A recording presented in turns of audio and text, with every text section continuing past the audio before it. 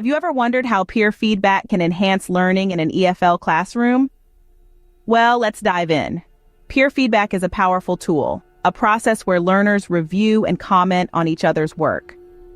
This technique, when used right, can have a profound impact on the learning experience. Imagine a classroom where students are actively participating, not just passively receiving knowledge. This is what peer feedback can do. It fosters active learning and turns the classroom into a dynamic environment. Moreover, it gives students the opportunity to improve their communication skills.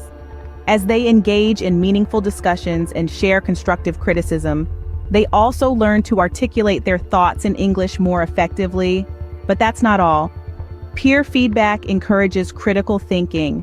As students evaluate each other's work, they learn to analyze, assess, and make judgments, skills that are crucial in mastering a language. Knowing the benefits of peer feedback is one thing, but understanding how to implement it effectively is another. So, how do we implement peer feedback in an EFL classroom? Let's break it down into manageable steps. First and foremost, you need to set clear expectations and guidelines for providing feedback.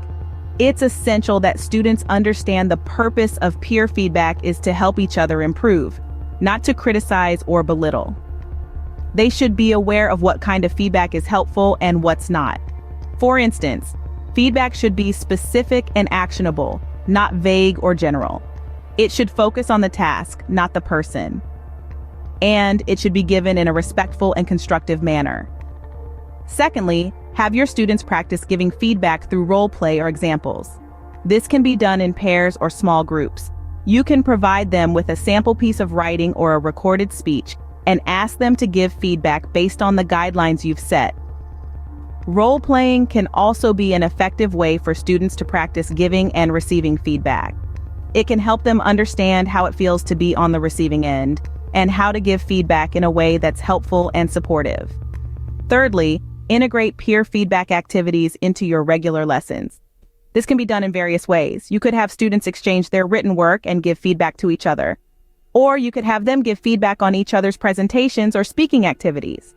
The key is to make peer feedback a regular part of your teaching routine, not something that's done only once in a while. Finally, as the teacher, you need to monitor and guide the feedback process. Be present during the feedback sessions. Listen to the feedback that's being given and step in when necessary to correct or guide. Encourage students to reflect on the feedback they receive and how they can use it to improve their work. Remember, the success of peer feedback relies heavily on how well you prepare your students and guide them through the process.